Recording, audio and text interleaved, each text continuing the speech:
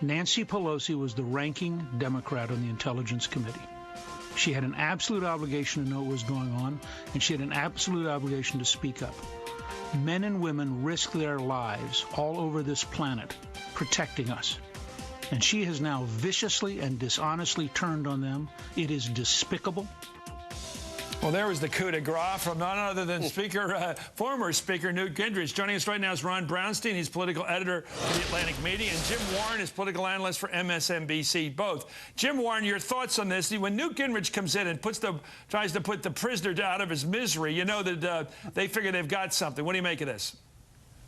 Well, what I think as interesting as what's coming at Pelosi from the right is what's coming at her from the left. And there's sort of a growing kind of bipartisan derision and, at minimum, befuddlement over some of her comments. Press conference the other day, not particularly impressive. You obviously got folks at the CIA truly pissed off. These are guys who take their job seriously, and there's a sense that she's not being straight about what she heard in their presence. Yeah. So I think, there's some trouble afoot. And again, it's less what's coming from the Newt Gingriches of the world than from some folks, both in front of her back and behind her back on her own side.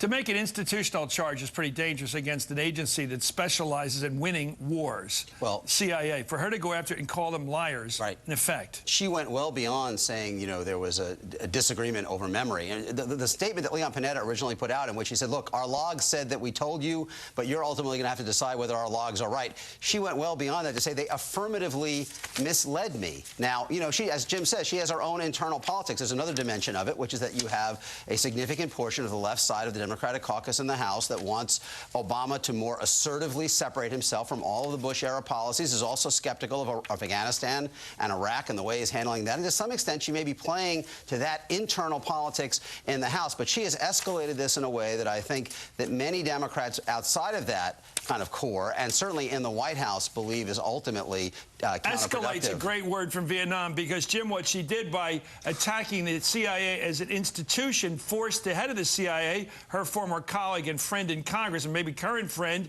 to say basically not only do we have notes of that meeting, which were contemporaneous and authoritative in that regard, but those notes say that she was told that we used the waterboarding in the past tense, clearly nailing her 180 from what she's claiming.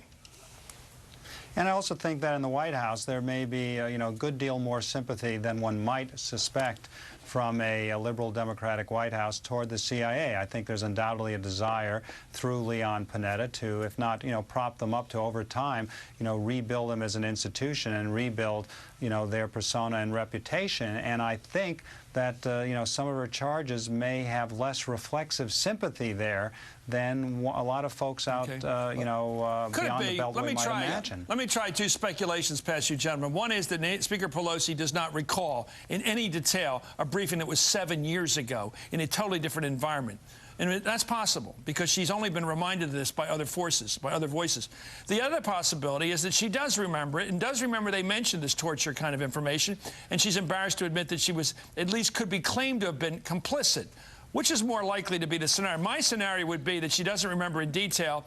She's up against people who have memoranda that were written. She had no written notes. She's trying to make the best of a tough situation. Before speculating on her, just to be clear, though, the Panetta caveat is important. What he is saying is their contemporaneous records show that she was told that this occurred, but that, it's ultimately up for Congress to decide whether those records are accurate. So he is not unequivocally saying it happened. He's saying, as best we know from our records it happens, you have to make the call. I don't think we can speculate. I mean, I think, she's obviously moved beyond. You have to, because we don't have a good recollection from her. Well, in fact, what I was going to say was she's moved, with what she said yesterday, she kind of removed the I don't have a recollection defense, because she's now affirmatively saying that she was actively misled, which, of course, relies on a recollection of the conversation. The worst kind of thing for a politician is to engage in what we call rolling disclosure, where new information keeps coming out from the same source, and you wonder, why didn't we get it the first time? If the CIA absolutely misrepresented the situation and did say, according to her latest account,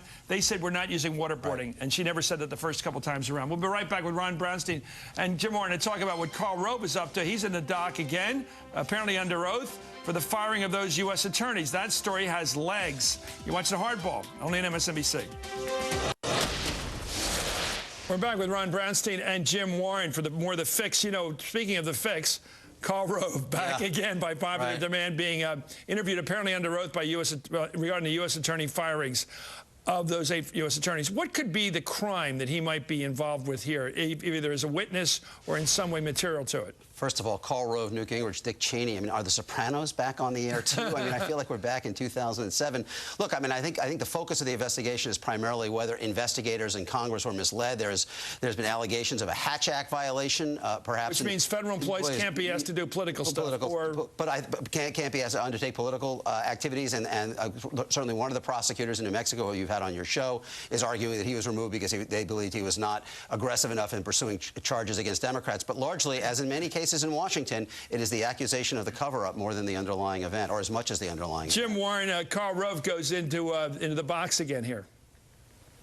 Yeah, I mean, the firings in 2006, there's still a tremendous amount of murkiness about exactly what happened. And I think for a general public out there, one has to realize that there actually is a legal distinction between normal political firings, I can you just because you are of the other political party, and improper political firings. And the latter is what they're looking into now. And as Ron suggests, I think the jeopardy here likely is less the substance of the firings than any possible false statements, inconsistent Excuse me for being Rove has made. hardened and cynical, but back in the Carter administration, which I served, Jimmy Carter, who I do like, fired David Marston in Philadelphia in the middle of an investigation of some crooks in the Democratic organization in that city. Was that a crime for him to fire that guy? Well, you know, being strict constructionists, the possibility is yes, because I mean, if the case that you try to make here is that there is something that goes beyond normal politics, you're getting rid of a guy because you don't want him to do something in a particular case. By the way, I think it goes on more often than not. Thank you, Ron Brownstein. Thank you, Jim Warren.